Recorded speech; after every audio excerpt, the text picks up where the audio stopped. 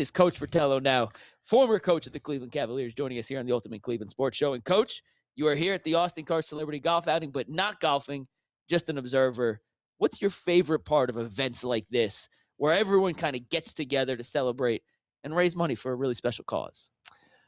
Listen, I'm so thrilled right now because I have a headset on that Austin Carr wore, Tim Alcorn wore, and Kaylee Griffin, and now I'm wearing it. How excited should I be about that? And this talk about LeBron, I don't know what the big deal is. He's only the leading scorer in the history of the NBA. He's only won 3 championships with 3 teams. I know he's won 4, but 3 with 3 different teams. So I guess he's done something special in his career thus far. He's a pretty good player. Yeah, he's pretty good.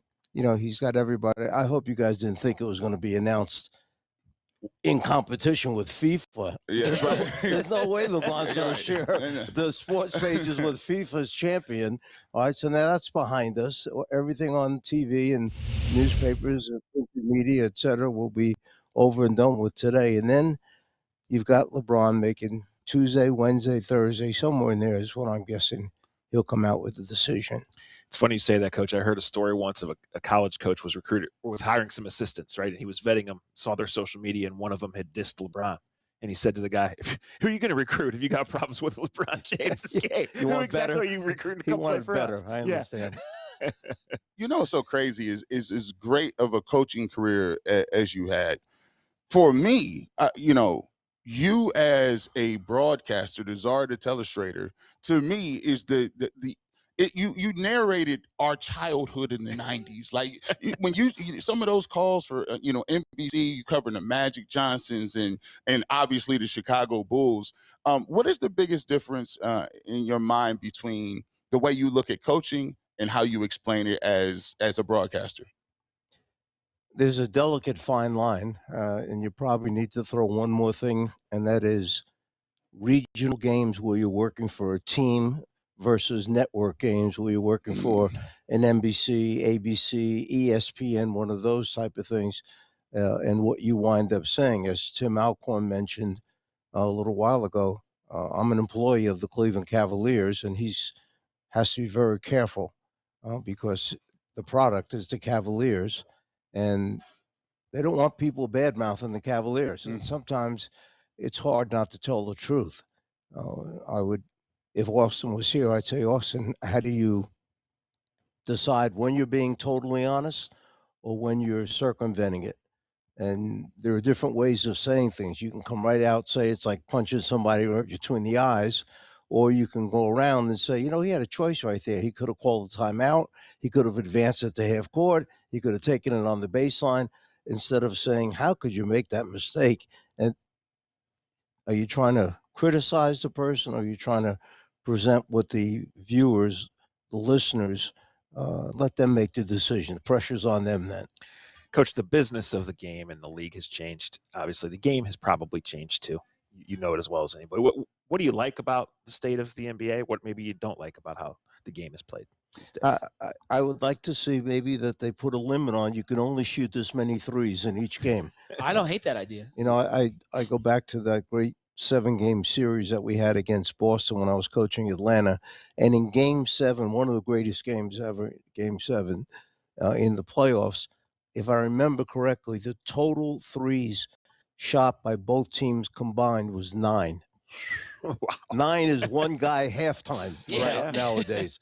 Okay, so what it's done is it's taken away the post-up ability of players, which used to be so great to watch. They could have dominant big men in the past. With us and the Cavaliers, there were years I didn't have a big man that could play with his back to the basket, but I had guards or small forwards that could. So we posted a Tony Campbell, we posted a Bobby Phills, and that in turn got Danny Ferry his perimeter game, or one more pass might get over to Mark Price for an open 3, which nobody wanted that to happen. So the game has changed because of the number of threes that's being taken. It's rewriting the record books in certain instances, and we've changed how young guys growing up, they're not working on their footwork down the low post area. They're working on their 3-point shot from behind the line. people don't run for layups anymore. They run to corners for the Yep. 3-point shots on fast break. So there's a lot that we could talk about. From a coaching perspective, we just saw Meleek Thomas lead the summer league in scoring, second-round pick, 34th overall, but comes in and averages 28.3 points over the course of his stint in Vegas. G. Bush on my left wants to throw a parade that Meleek Thomas is the next Hall of Fame guy that the Cavs have developed, and he might be right, and I don't want to put water on what Meleek did because it's incredible.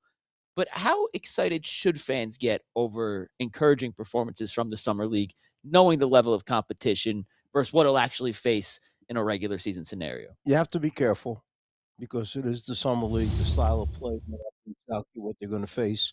And none of these guys that are playing in the summer league, I just came back night before last from the summer league, saw Thomas play a couple times. And it's ironic that last season, to start the season, I did the broadcast on TV of John Calipari's practice. Okay, yeah. Where he let us into the practice for the whole thing. He wore a mic, and every once in a while he'd stop and talk to us. And Thomas was obviously one of the guys playing for him. And out in Vegas, the summer league, every team that I watched, I said, "Where's that guy from?" They said, "Arkansas."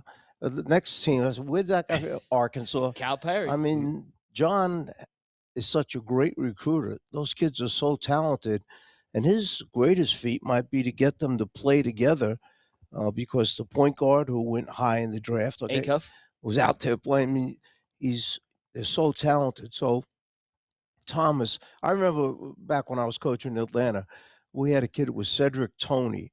And after his first 2 games in the summer league, I said to our general manager came to me, he said, "What do you think?" I said, I think you better get your pen ready to sign this guy because he's pretty damn good. But after the next 2 games, I told him, "Hold on a second." So, and can you imagine? I was saying to myself, imagine if you would have signed to a guaranteed contract after the first 2 games, and then I had to look at the next 2 games and say, but he made the team, started the season with us, and then wasn't good enough to continue to stay with us. But he could score the basketball.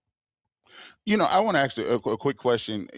From your heyday in the 80s, we always talk about styles and clashes and what the game was in 80s and 90s. Is there a player today where you say, wow, that guy would have been great today and even great when I was in my heyday? Are we counting Jokic from Denver? Would he be one of them because of the multi-talented, the skill level that he's at? Shea Gilgeous-Alexander is another one that right now, could have been in a Clipper uniform had they not done the trade to get Paul George. But fortunately for Oklahoma City, he winds up there and turns into an MVP type player. And he's got a great feel for the game. He can get where he wants to on the floor with the basketball.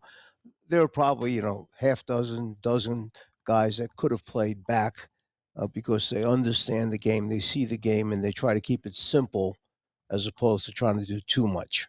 We'll get you out of here on this one, Coach, but we know what LeBron is as a player, from his scoring to his rebounding, passing, all that. His basketball IQ is as good as I've ever seen, maybe the greatest ever. Do you have a favorite LeBron moment, a play, a situation where LeBron's mind and his ability to think and process the game was the difference in him being able to execute a play versus someone else who would have completely botched it? Yeah, I have a moment that sticks out. First of all, whenever I'm doing clinics around the world, actually, and I always bring up kudos to LeBron's high school coach because he could have played LeBron under the basket and he would have been dominant, more dominant because he was so big and strong coming out. But he didn't do that. He allowed LeBron to develop his skills. He allowed him to bring it down, handle. He allowed him to look over the floor and make decisions. He allowed him to pass to open teammates to get other guys involved in the offense. So Drew Joyce maybe was this high school coach's name. So I always throw out kudos to him. But one of the plays I will always remember was early on in his career. They're playing Washington in a playoff game. It came down to the end of the game. And, everybody's like, oh, they're going to put the ball in the best player's hands on the floor. And the ball was in LeBron's hands. But LeBron, as the clock is running down, makes a pass to the corner to his open teammate. I believe it was the right-hand corner, if I remember. And whoever it was caught it, shot it at the buzzer, and missed. And some people wrote that LeBron was afraid to take the last shot. I remember that. Mm-hmm. And when they asked LeBron that in the locker room, he said, no, that was the right play. He was open. He was more open than I was, and he should have gotten the ball there, and he trusted his teammate and made the right pass. So coming, if he does make a decision to come to Cleveland, he might be what they need from the standpoint that Donovan Mitchell, James Harden.